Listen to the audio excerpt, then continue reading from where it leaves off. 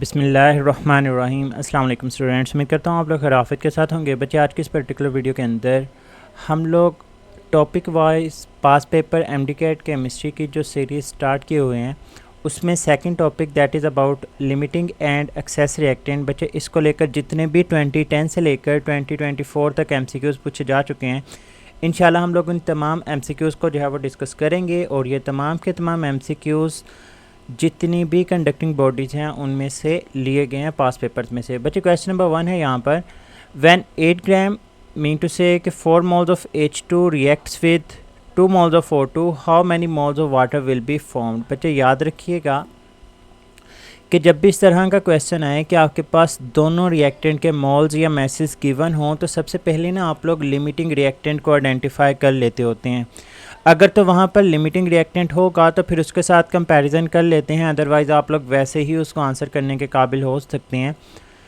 अब बच्चे, ये जो लिमिटिंग रिएक्टेंट के रिलेटेड जितने भी क्वेश्चंस हैं कि लिमिटिंग रिएक्टेंट होता है या नहीं होता, लिमिटिंग रिएक्टेंट कौन सा होगा, अगर लिमिटिंग रिएक्टेंट है तो प्रोडक्ट कितने बनेंगे, एक्सेस रिएक्टेंट कितना पीछे बच जाता है, एक्सेस रिएक्टेंट यूज़ कितना होता है, ये 5 किस्म के क्वेश्चन जो कि लिमिटिंग रिएक्टेंट को लेकर पूछे जाते हैं। बच्चे, तमाम के तमाम क्वेश्चंस को मैंने लिमिटिंग रिएक्टेंट की ट्रिक की वीडियो के अंदर डिस्कस किया। अगर आप लोग लिमिटिंग रिएक्टेंट के क्वेश्चंस के अंदर फंसते हैं तो बच्चे वो वीडियो लाजमी तौर पर देखें। उस वीडियो की लिंक आप लोगों को डिस्क्रिप्शन के अंदर या ऊपर आप लोगों को पॉपअप करती हुई नज़र आ जाएगी। खैर, हम लोग इस क्वेश्चन को स्टार्ट करते हैं। बच्चे, सबसे पहले तो आप लोगों ने ये आइडेंटिफाई करना होता है कि उसके अंदर लिमिटिंग रिएक्टेंट है भी या नहीं।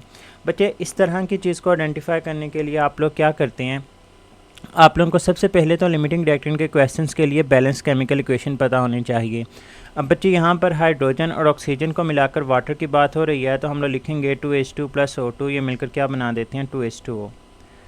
बच्चे, सबसे पहले ये आइडेंटिफाई करना होता है कि लिमिटिंग रिएक्टेंट है या नहीं। तो उसके लिए फार्मूला, अगर आप लोग वीडियो देख चुके हैं तो आप लोगों को आइडिया हो चुका होगा कि आप लोग खुद से आइडेंटिफाई कर सकते हैं कि बच्चे उसके अंदर आप लोग फार्मूला इस्तेमाल करते हैं, stoichiometric coefficient of reactant A divided by stoichiometric coefficient of reactant B is equal to given number of moles of reactant A divided by given number of moles of reactant B।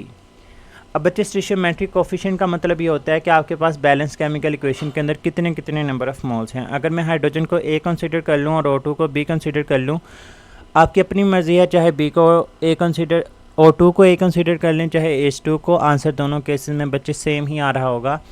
अब स्टोइचियोमेट्रिक coefficient जो ए है उसका 2 है क्योंकि इसके 2 number of moles हैं, और O2 का 1 नंबर ऑफ़ मोल है तो इसका स्टोइचियोमेट्रिक कोफिशिएंट 1 है।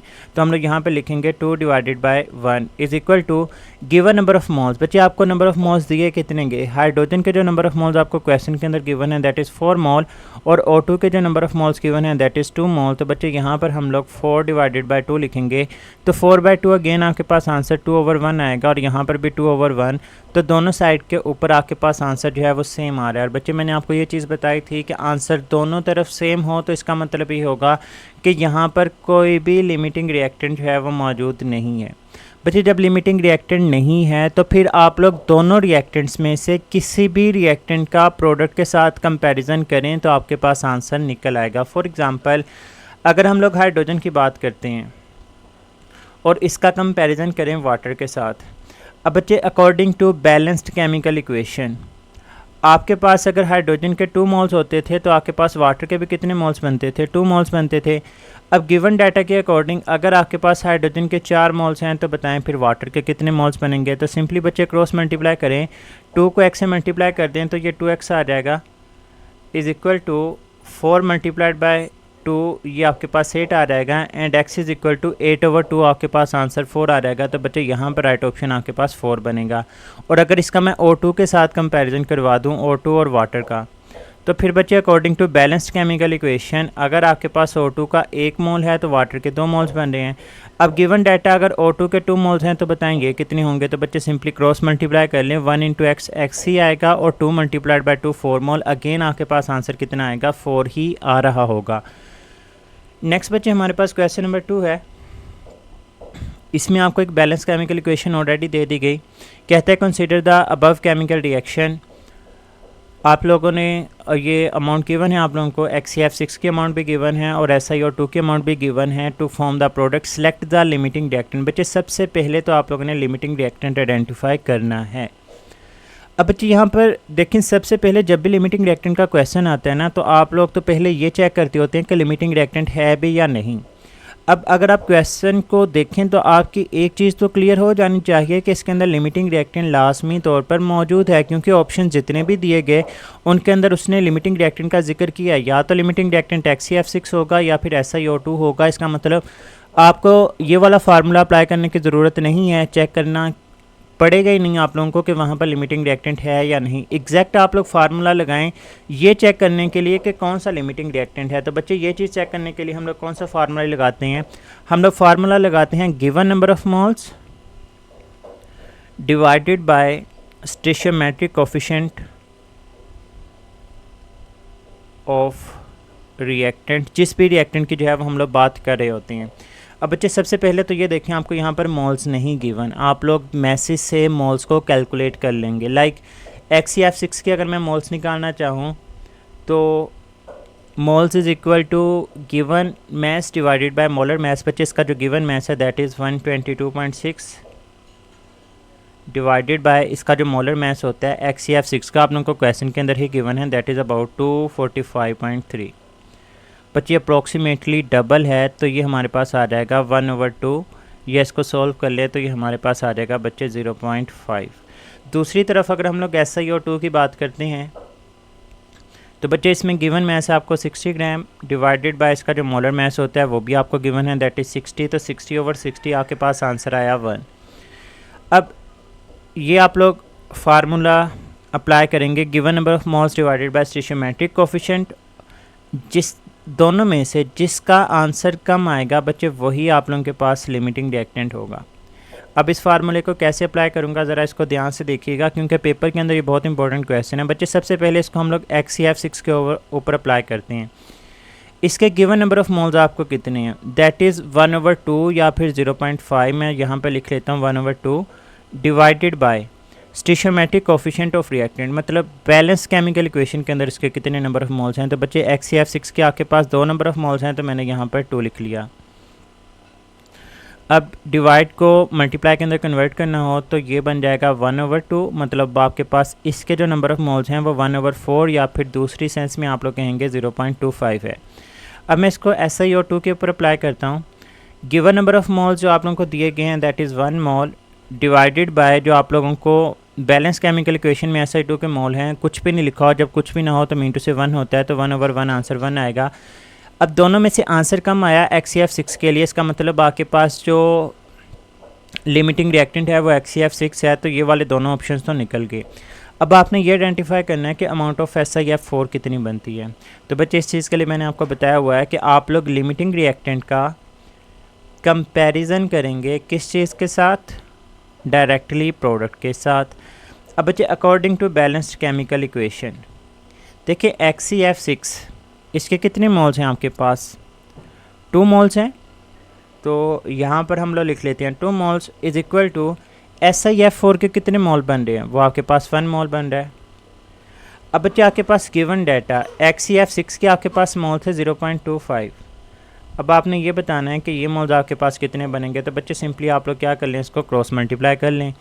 तो 2x इज़ इक्वल टू 0.25 या फिर x is equal to 0.25 divided by 2, तो ये आपके पास बन जाएगा बच्चे 0.125 मोल्स आपके पास निकल आएंगे। अब बच्चे आपके पास आए हैं मोल्स, जबकि क्वेश्चन के अंदर उसने मैथ्स पूछा हुआ है, तो मोल्स से मैथ्स निकालना हो तो चीज़ मुश्किल नहीं है। जो मैस होगा that is simply equal to mass is equal to mole multiplied by molar mass. अब मोल जो हैं वो आपके पास है जनाब 0.125 और जो मोलर मैस है इसका SiF4 का वो आपको क्वेश्चन के अंदर गिवन है दैट इज़ 104। अब बच्चे जो 0.125 है और 104 है, इसको अगर आप लोग कैलकुलेटर की मदद से, कैलकुलेटर तो वहाँ पर खैर अलाउ नहीं होगा, आप लोग सिंपली इसको जो है वो सॉल्व करने की कोशिश करेंगे तो बच्चे आपके पास जो आंसर आएगा दैट विल बी 26 ग्राम। तो हमारे पास यहाँ पर जो राइट ऑप्शन होगा that will be an alpha option. बच्चे क्वेश्चन नंबर 3 की तरफ मूव करते हैं हम लोग।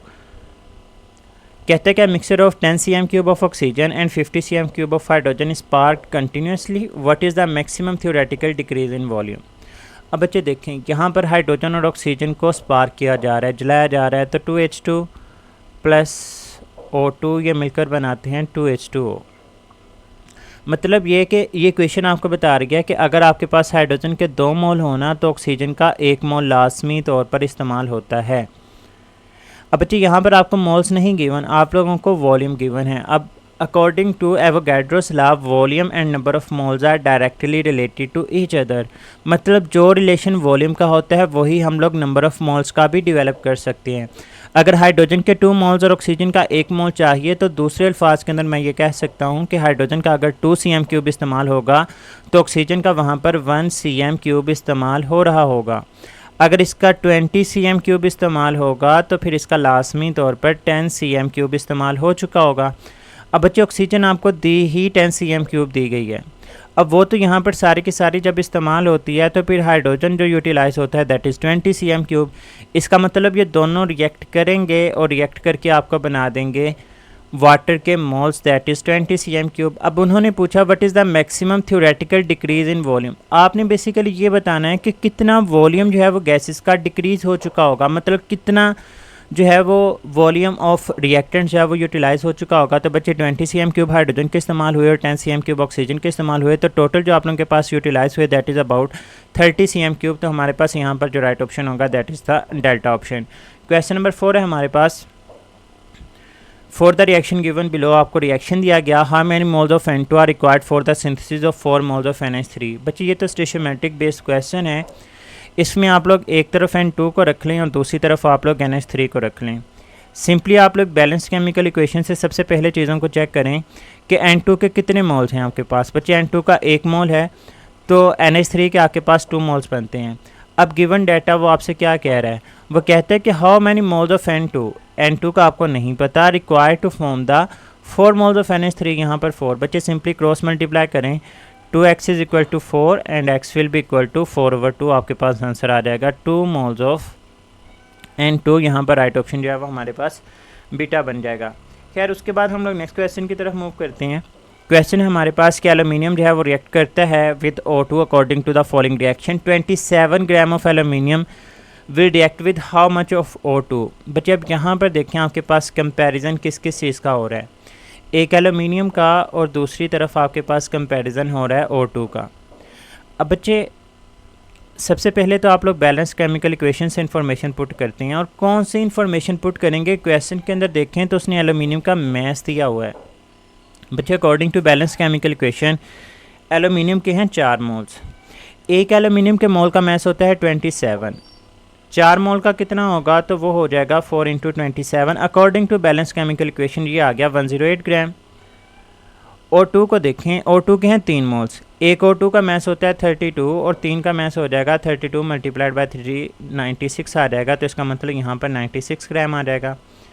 अब बच्चे गिवन डाटा क्या आप लोगों के पास, कहते हैं कि एल्यूमिनियम का अगर 27 ग्राम हो तो बताएं फिर ये कितना होगा। सिंपली क्रॉस मल्टीप्लाई करें, 108 x will be equal to 27 × 96 and x will be equal to 27 multiplied by 96 divided by 108।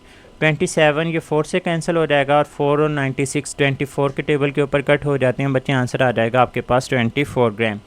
Question number 6 है, कहता है कि one of the reactant consumed earlier than others in a chemical reaction is called limiting reactant. ये simple definition पूछी गई। Question number 7 है हमारे पास, कहते हैं कि consider the reaction below, if 5 moles of each of hydrogen and oxygen are reacted to form the water, the reaction reveals. आपने ये बताना है इनमें से लिमिटिंग रिएक्टेंट कौन सा है। तो बच्चे सिंपली आप लोग फार्मूला ही लगाते हैं, given number of moles divided by stoichiometric coefficient. दोनों के लिए अप्लाई करते हैं हम लोग। हाइड्रोजन के लिए अगर अप्लाई करें, गिवन नंबर ऑफ मोल्स उसने कहा 5 मोल्स ऑफ ईच, मतलब दोनों के 5 मोल्स हैं, तो गिवन तो इसके 5 हैं डिवाइडेड बाय स्टोइचियोमेट्रिक कोफिशिएंट 2 है, तो 5/2 आंसर आ गया 2.5। O2 की बात करते हैं, गिवन आपके पास 5 हैं क्योंकि दोनों के 5 गिवन थे और O2 का 1 मोल है, तो 5/1 आंसर आया 5। अब कम वैल्यू है हमारे पास H2 के लिए, तो हमारे पास जो लिमिटिंग रिएक्टेंट होगा that is H2, right option 4 आ जाएगा। क्वेश्चन नंबर 8 है हमारे पास, कहते हैं कि one of the reactant consumed earlier than others in a chemical reaction is called limiting reactant. ये सिंपल डेफिनेशन पूछी गई। क्वेश्चन नंबर 9 है हमारे पास, कहते हैं कि oxygen can be prepared by the decomposition of potassium chlorate KClO3। How many moles of oxygen can be found by taking the 12 moles of potassium chlorate according to the following equation. बच्चों ये भी simply comparison का question है। एक तरफ आप लोग रखेंगे KClO3 पोटाशियम क्लोरेट को और दूसरी तरफ आप लोग रख लेंगे ऑक्सीजन को। बैलेंस केमिकल इक्वेशन आपको ये कहती है कि KClO3 के अगर 2 मोल्स हों तो फिर आपके पास जो O2 के मोल्स प्रोड्यूस होते हैं दैट इज़ 3। अब गिवन डाटा क्या है, वो कहते हैं कि KClO3 के अगर 12 मोल्स हों तो बताएं ये कितना होगा। बच्चे क्रॉस मल्टीप्लाई करें, 2 को x से मल्टीप्लाई किया, 2x 12 इंटू 3 36 आ जाएगा। x will be equal to 36/2, आपके पास आंसर 18 मोल्स आ जाएगा। Right option is Charlie over here. Question number 9 पूछा गया 7.6 gram of CS2 is reacted with 12.8 gram of O2 और आपने ये बताना है कि लिमिटिंग रिएक्टेंट कौन सा है। बच्चे लिमिटिंग रिएक्टेंट्स ही हो सकती हैं, ना तो यहाँ पर SO2 को लिमिटिंग रिएक्टेंट हो सकता है और ना ही आपके पास CO2 लिमिटिंग रिएक्टेंट हो सकता है। इन्हीं दोनों में से कोई ना कोई होगा। और ये चीज़ आइडेंटिफाई करने के लिए आप लोग फार्मूला ही लगाते हैं कि given number of moles divided by stoichiometric coefficient of reactant. अब बच्चे आपके पास स्टिशियोमेट्रिक तो हैं, लेकिन अगर आप लोग अप्लाई करेंगे ना इस फार्मूला को तो आपको मैसेज गिवन है, आप लोगों को मोल्स नहीं गिवन। तो आप लोगों को सबसे पहले तो मोल्स कैलकुलेट करने पड़ेंगे CS2 के लिए भी और O2 के लिए भी। बच्चे CS2 के moles given, mass divided by molar mass given, mass है आपके पास 7.6 डिवाइडेड बाय CS2। अब बच्चे कार्बन का मैस होता है 12, एक सल्फ़र का मैस होता है 32, दोनों का 64, तो 64 प्लस 12 आपके पास 76 आ जाएगा। तो 7.6 डिवाइडेड बाय 76 आंसर आएगा 0.1 मोल। O2 की बात करें तो गिवन मैस है आपके पास बच्चे 12.8 डिवाइडेड बाय जो मोलर मैस होता है O2 का दैट इज़ 32। अब बच्चे 12.8 और 32 आपस में अगर 128 होता ना तो ये 4 के साथ कैंसिल होना था। ये 12.8 है तो इसके मोल आ जाएंगे 0.4 मोल। अब बच्चे आपके पास इनके मोल्स निकल आए। अब इसको इन फार्मूला के अंदर पुट करें, CS2 के लिए अप्लाई करते हैं। गिवन जो नंबर ऑफ मोल्स हैं आपके पास CS2 के that is 0.1 mole divided by इसके जो स्टिशियोमेट्रिक नंबर ऑफ मोल्स होते हैं CS2 के दैट इज़ 1, मतलब इसका आंसर आया 0.1। यहाँ से स्टिशियोमेट्रिक का पता चल गया आपको। O2 की बात करते हैं तो गिवन है आपके पास बच्चे जो गिवन नंबर ऑफ मोल्स हैं आपके पास दैट इज़ 0.4 डिवाइडेड बाय जो स्टिशियोमेट्रिक कोएफिशिएंट है वो आपके पास है बच्चे 3 आ जाता है। इसको जब आप लोग सॉल्व करेंगे तो फिर बच्चे इस पॉइंट को अगर मैं ख़त्म कर दूं तो 4/30 आ जाएगा। तो ये अगर मैं 4 रख दूं और ये 30 रख दूं, 0 लगा देते हैं तो 0.1 ये आपके पास आ जाएगा 30, ये 100 लगा देंगे तो 3, तो ये तकरीबन 0.13 के राउंड अबाउट जो है वो आंसर आता है। तो ये 0.10 है, ये 0.13 है, तो जो ज़्यादा वैल्यू है that is related to CS2। तो हम लोग बोलेंगे कि यहाँ पर हमारे पास जो कम वैल्यू है वो CS2 के लिए है, तो हमारे पास लिमिटिंग रिएक्टेंट जो है वो CS2 आ जाएगा। क्वेश्चन नंबर 10 है हमारे पास, कहता है कि when equal moles of reactant A and B are allowed to react according to the balanced equation the limiting reactant. बच्चे अगेन वही फार्मूला कि given number of moles divided by stoichiometric, अगर हम लोग रिएक्टेंट A के लिए लगाएं, कहते हैं व्हेन इक्वल मोल्स, दोनों के इक्वल मोल लेने हैं, 1 मोल ले लें, 2 ले लें, 3 ले लें, 4 जितनी मर्जी ले लें, हम लोग 2 ले लेते हैं। Given number of moles divided by stoichiometric जो है वो A के लिए 2 है, तो 2/2 आंसर आ गया 1। अगर इसको B के लिए अप्लाई करते हैं तो जो गिवन है वो 2 है और जो स्टिशियोमेट्रिक है वो B के लिए 1 है, तो 2/1 आंसर आएगा 2। तो A की वैल्यू कम आए तो हम लोग बोलेंगे A is the limiting reactant over here. Question number 11, in a chemical reaction a limiting reactant is that which is present in excess, no, which act as a catalyst, no, which is not in excess, which is not taking part, but it take part तो करता है लेकिन ये access के अंदर नहीं होता और प्रोडक्ट की अमाउंट को जो है वो ये कंट्रोल करता है। तो हमारे पास यहाँ पर राइट ऑप्शन जो है वो बीटा आ जाएगा। खैर बच्चे हमारे पास टॉपिक वाइज MCQs थे जो कि लिमिटिंग रिएक्टेंट को लेकर पूछे जा चुके हैं और मज़ीद इस तरह से पूछे जा चुके हैं। मेनली यहाँ से यही पूछा जाता है कि लिमिटिंग रिएक्टेंट कौन सा है। तो इस चीज़ को फोकस करने के लिए आप लोगों ने डिस्क्रिप्शन के अंदर जो वीडियो मौजूद है उस वीडियो को लाजमी तौर पर देखना, उससे आपकी बहुत सारी कन्फ्यूजन जो है वो इंशाल्लाह क्लियर होने वाली हैं। अब ना बहुत सारा ख्याल रखना है, दुआ में याद रखिएगा। फ़ी अमानिल्लाह, अल्लाह हाफ़िज़।